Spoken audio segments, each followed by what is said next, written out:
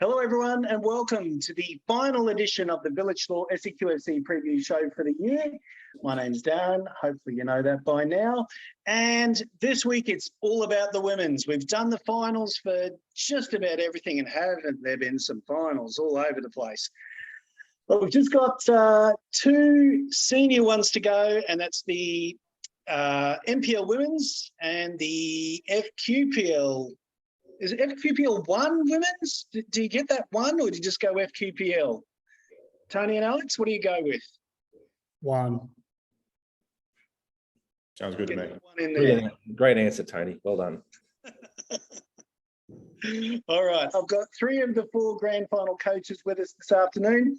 Alex Bindalo was on the show last week, so we've given him the week off so we can prepare and try and come up with some sort of way to get past this Lions juggernaut. Rob Askew, what a year, mate. What a year.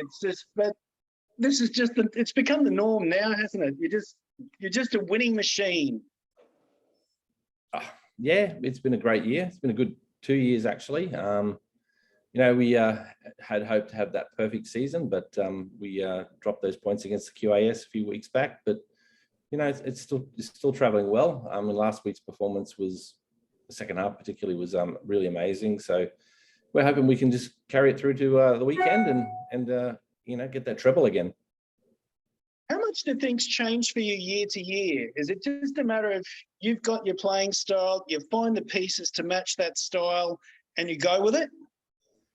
Yeah, pretty much. For me, I prefer to be proactive in the way I coach. I don't like to worry so much about the opposition. Obviously, we do our analysis and we look at things that we can exploit, but we want to do what we do better every week. And hopefully then, if we can do that well, then the opposition coach has got all the things that they've got to worry about. So yeah, my playing style has changed a little bit over the years, but fundamentally the philosophy is the same, and it's been successful. Just out of interest, Rob, are you able to share with us what has changed? Well, you might remember, I think it was 2018. We started that year particularly we won the first few games. It was like 4-3, 3-2, and then we lost at home to Lions. This is when I was at the Gap. I think we lost that game 4-3, and from that, I probably really look now at transitions as really, really important, particularly from having the ball to not having the ball. So a lot of what we do is built around managing those transitions before they happen. So because that's what it was. That's when you can see goals, and that's actually when we score our goals as well, when we win the ball back. Tell us about your squad this year. As always, there's a lot of players that have been with you for a long time, isn't there? At Lions, there's not a lot really. Actually, we go down to my first year here, 2019, we've got Cannon, we've got Marielle Hecker, Tegan Riding, and you could probably count Diana Karambassis, who was with us in that first year but did her ACL and wasn't with us in 20 and 21, but she's back. So there's only really the 4 players that were from my first senior squad. But you could also add in people like Amy Gunston, Abby Everts, Ellie Chappell, who were in our under 18s, or what is now the 23s before that. There's a few people. We're starting to build a bit of a Lions squad, and it is it's a stated objective of the board. They want to be a development club. They want to produce players for the first team, and I think gradually we're getting there. That must give you a great sense of pride as well, to know that you've got that production line. Anyone that accuses you of buying the league, you can just say, well, look at our squad. I know. I'm looking at one of them right now. He's always telling me I'm buying the league. That's Tony Skinner. I should mention Maddie Teakle in there. Maddie Teakle is one we're particularly proud of too, because she's come through our 14s, 16s, into the 23s and into the first team. She's had a fantastic year as well. So, we count Zara Kruger, although she came to us from the QAS, but she certainly played in our 23s last year and is now in our first team. So, yeah, it's the way we want to go as a club. Tell us about Gold Coast, playing against them. Out of the 4 teams, were they the ones that you kind of didn't want to play this game against? Look, I'm not fussed about who we play, but you probably are right there. We've discussed it openly that you look at their statistics and you look at our statistics, and it's a classic contrast of styles. I haven't looked recently, but I know that they've got a very low for goals scored, but it's the goals against that is just sensational for them. I think of all the goals they've conceded, that most of them have been through us. So they're very tight at the back, and they do have two outstanding defenders in Ellie Fryer and Jesse Rashart.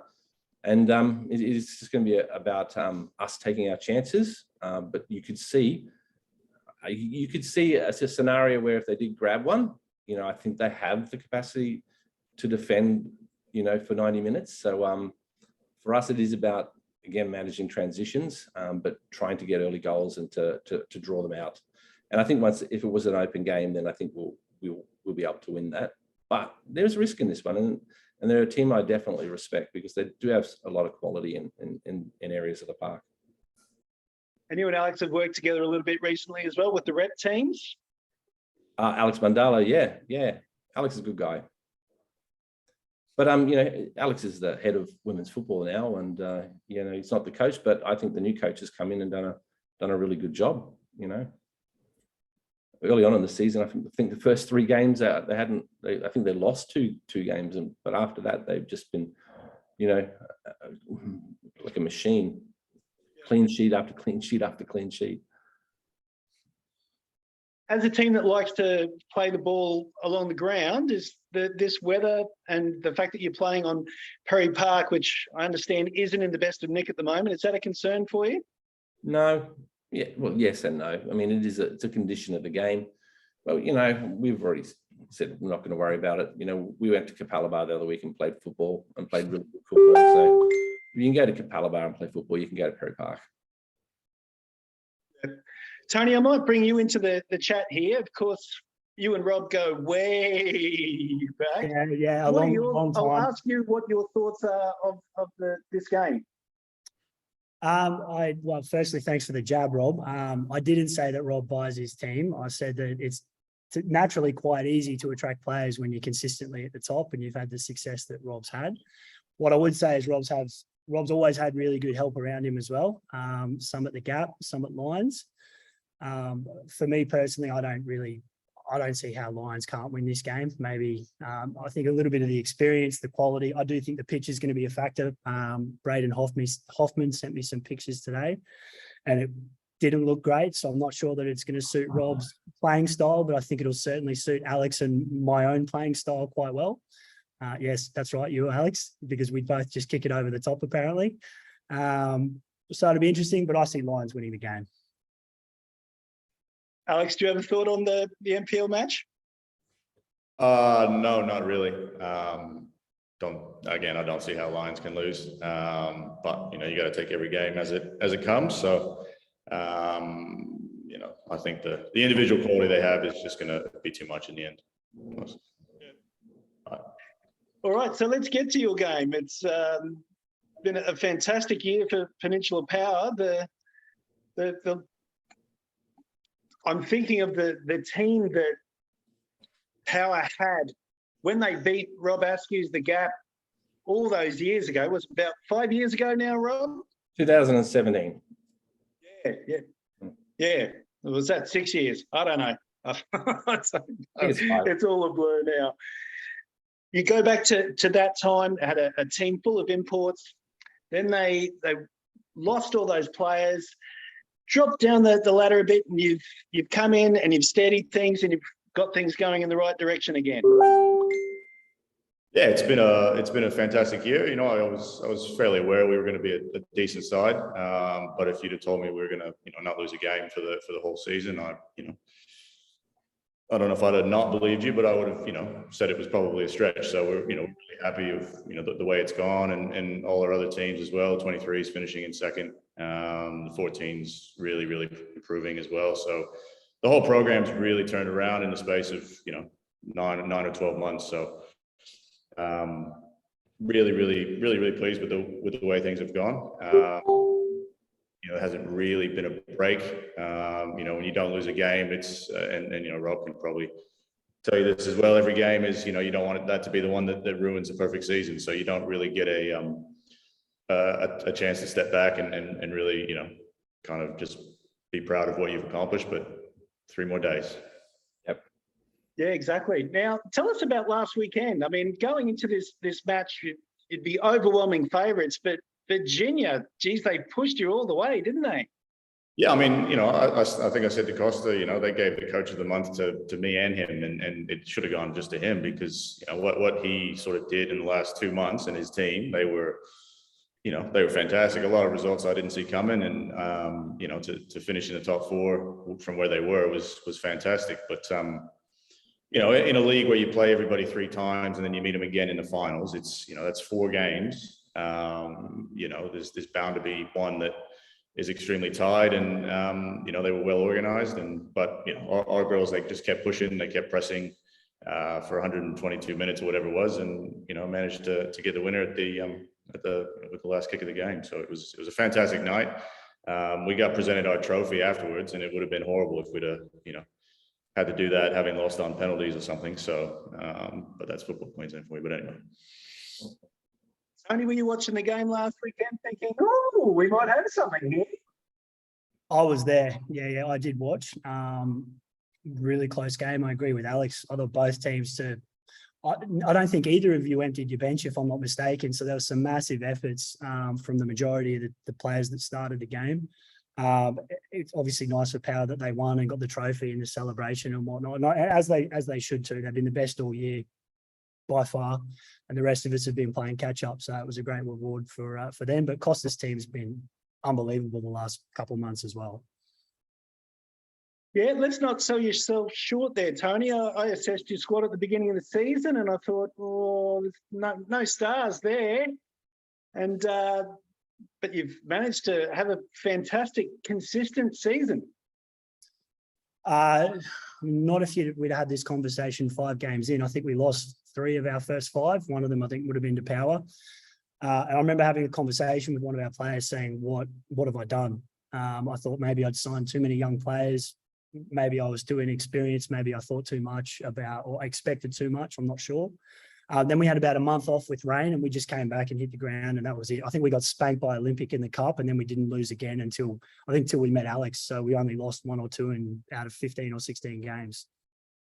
So what do you put that turnaround to? Oh, I think we've had a lot of struggles here. So our pre-season was unbelievable. I think we beat City, we beat Moreton Bay, we were flying, and then the floods honestly ruined everything.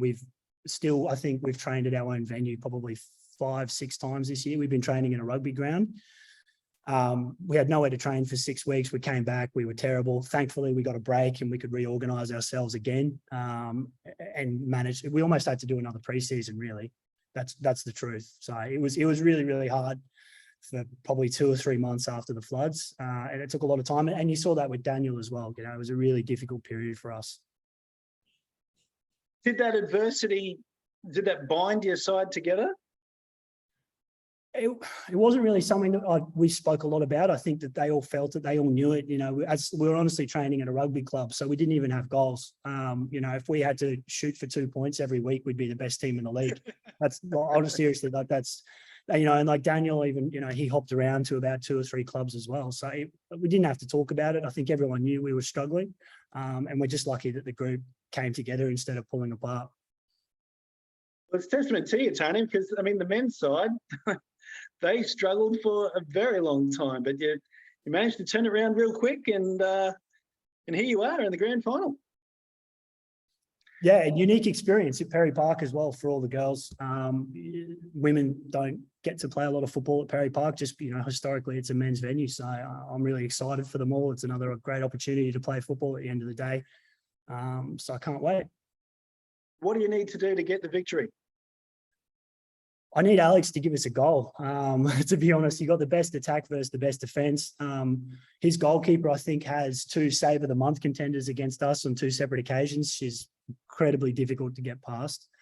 And in saying that, they're one of the best teams at set pieces I think I've ever seen in women's football, regardless of what level we're at. Like they're unbelievable at scoring from set pieces, as Virginia found out last week, and all of us have been finding out all year. So yeah, I don't know how we're going to score, but hopefully we can get past that big goalkeeper. That would be nice. And Alex, what threat does Mitchelton pose to you? Oh, look, they're obviously a very direct team. They got a couple of quality players up front, 3 of them really.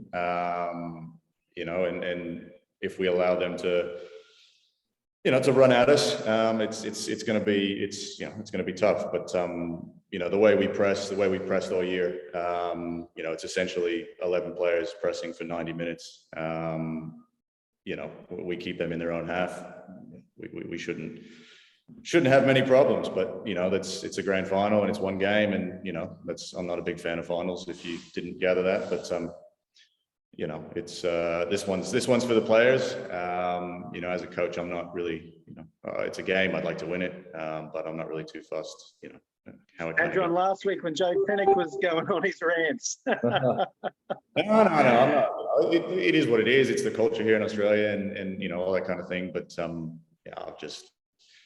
I've been here 15 years. I still haven't do it. The fact that they call the Grand Final final champions, I can't get over it. But it is what it is. So, it's a game that it's going to be a good game. Every game we played Mitchelton, it's been close. We drew once. I think the other one was 2-1 or 2-0. And then the last time we played them, they were all over us for the first sort of 40 minutes. And then we managed to get a hold of the game and score a couple of goals. So it's going to be close. It's going to be good. It's going to be, there's a lot of high quality players in the game for both sides. So it's going to be good to watch. And Rob, I'll throw this to you. Have you taken any notice of the FQPL this season? Yeah, we've watched a little bit here and there. I was a bit interested in Mitchie being close to the gap, but we also played, Power in the Cup. So, we went and watched them play Easts and, looked at a bit of video of games. So it's going to be an interesting game. I found Peninsula, when we played them, to be one of the tougher opponents we had this year. They were super organised, and they did do some things that were of interest, particularly how they managed to get overloads in wide areas, and we found that a very difficult game. So I expect Power to be good next year when they come up, along with Mitchie as well. So I think they're going to be good additions to the league. Yeah, so we've got the pyramid in place now with the 2 separate leagues. Rob, would you say it's been a success? I think so. Yeah, I like it. I'm a traditionalist as well, so I think promotion and relegation is a positive thing. Too often we have had teams in the NPL that have just year in, year out, they're just filling a place, and there's no ambition, and they need to move aside for the clubs that want to invest and that want to take their programs to a better place. And I think promotion and relegation is a great idea. What are your thoughts, Tony? Yeah, I agree with Rob. I'm trying to think back to a time where the NPL or the women's elite competition hasn't been, I suppose, manufactured by Football Queensland or Football Australia or whatever it is. I think this is probably the first genuine year I can think of in nearly 15 years being involved where there's been genuine promotion relegation as well. So it was interesting watching. Sorry, it was interesting watching our league. I thought the bottom half of the table was the more interesting part of the season as it went on, just because there were just a number of people that not only contending for finals, but were also in relegation situations. So it makes it a hell of a lot more exciting. And I think those people now need to learn how to grind out those results. And I think that's good for our football. I think take on it, Alex. Okay. I think you don't really see the full benefits of promotion relegation for 3-4 years. It does take time to get the teams who aren't going to invest, like Rob was saying, who aren't going to take it seriously. There was probably more than one of those teams in the NPL this year. So it's going to take a couple of years before you really see a really even league in the NPL and in the QPL and in FQPL as well. So once a few get relegated and a few go up, you start to really sort of weed out the people who the clubs that don't want to invest and take it seriously, and you get in the clubs that do. So, and then when that happens, you'll have 10 teams in the NPL that all are trying to win instead of just one. Yeah, I agree. For sure. It's going to be a big day on Saturday. The final match of the weekend, the women's are the crescendo for the season. That's got to be a first as well, right? Yeah, I'm not sure if that was by accident or design, but yeah, it is a. I don't recall us ever being the end of the season, but we had enough buys and free weekends to have finished 6 weeks ago this season. And I'm looking forward to next season when we're going to have 27 games and there's not going to be 3 weekend breaks for no particular reason. So I don't think we're finishing at that time because of any plan to prioritize women's football as the pinnacle or anything. It's just the way it was organised. All right. Well, the matches, the under-23s start at 12 o'clock on Saturday, but the SEQFC women's grand final is at 5 o'clock, and then at 7:30 it's Lions up against Gold Coast in the NPL women's. We might leave it there, gentlemen. Thank you so much for your time this afternoon. And are you all training this evening? Yep. No, Tony's respecting the holiday. mate, we're honestly we're rained off. Like I'm not kidding. Our fields are in terrible condition. Quite frankly, we can't get on there. I was surprised that we're training, to be honest with you. So, Craig's protective at the best, on a sunny day. So, we've all got months to get those pitches right, though. So, I mean, that's probably the best. I think that's probably one of the reasons why we're on our number one field tonight, and that's because it's the last game, and they've got months to fix it up. So, just out of interest, Alex, with those final sessions, it's got to be just skills-based stuff, isn't it? Oh, look, our session before game is always the same. No longer than maybe an hour 10. It's more with women. It's more about emotion. It's more about making sure they're in a good headspace. Nothing new. Keep it consistent. A lot of competitive cage game and this other little game we like to play, and just to get them a bit competitive, on the same page, bit of a laugh, and that stays the same throughout the season. Every session before the game. So, same with you, Rob?